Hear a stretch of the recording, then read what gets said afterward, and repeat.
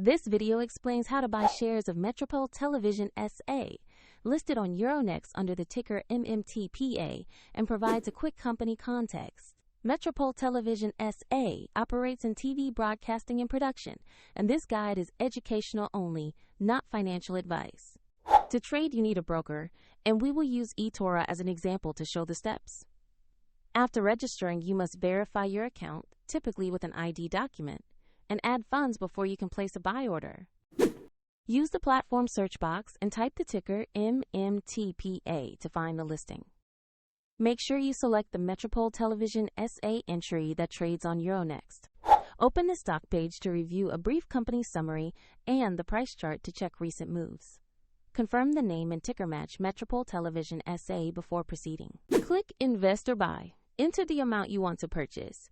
Then carefully review the order details and confirm to place the trade. If the market is closed, the platform may queue the order or allow you to set an order type. If your account lacks sufficient funds, the platform will prompt you to add money before confirming the purchase. After execution, your new position will appear in your portfolio where you can monitor it. For the example link and more details, see the description below.